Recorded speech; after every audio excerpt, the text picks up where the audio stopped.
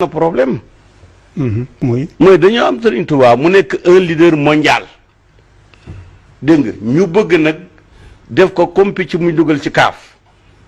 te du ko mës a doon loolu mooy problème bi. comme nag maanaam ñenn jàpp benn wa maa qadarullah xaqa qadrihi mooy joxuñu ko gëdd. waaw kay lu leer naa ñi la. maanaam gis nga mbir mi foofu la nekk. ci côté résistance ci d'abord rek jox ko cëram. yow waxuñ ne nekkal murid nekkal waaye yow jox ko cëram au moins cër bi buñ ko loolu rek doy na cër bi rek doy na pour sauver Sénégal ak Afrique pour wax la yëf yi du ñaari nit la benn jàng la benn jikko la. benn kii la gis nga Tuubaa gi tabaxal bi ñu ko tabaxal xanaa mooy la plus grande forme de révolte au monde. mooy defar dëkk boo xam ne ñi nga xam ne ñoom caay-caay tubaab la ñuy doxal mënuñ ko faa doxal mënuñ faa jàngale ndax làkk yi boo koy dégg di mokkal caay-caay maanaam ñu def ko mu nekk anti modèle taxaw tem dëkk ba rek ci boppam résistance la créé bañ ko créé ak lañ ne lii rek a fi dox lu jóyee charia du fi dox bañ te loola naxante taxul ñu jot ci ñu xam ni ñii ay bañkat lañ yoo xam ne boo fi bëggee taxawal leneen ñu jaare seen donc déjà existence bi rek en tant que centre de la révolution loolu am na solo surtout sax li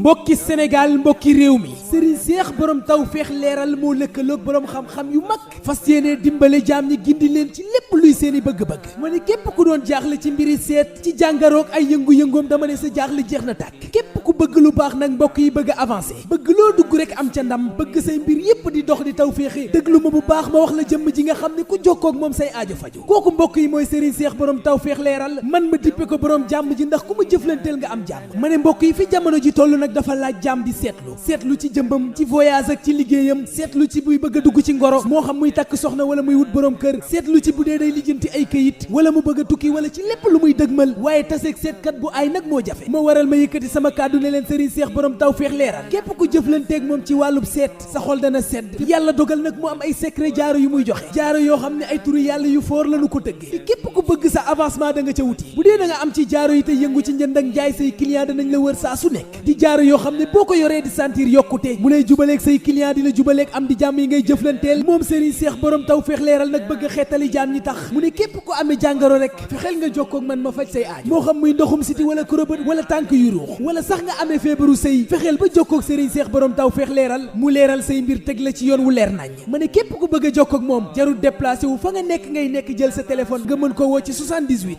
539 84 90 78 539 84 90 wala nga woo ko ci 76 844 43 44 wala ci 76 844 43 44 ma ne mbokk yi xippi leen seeni bët te tàggoo ki nax ki ko mën laa ki koy jéem te ki ne fàng daa nga ne maa ngi nii nëbbatul ay mbiram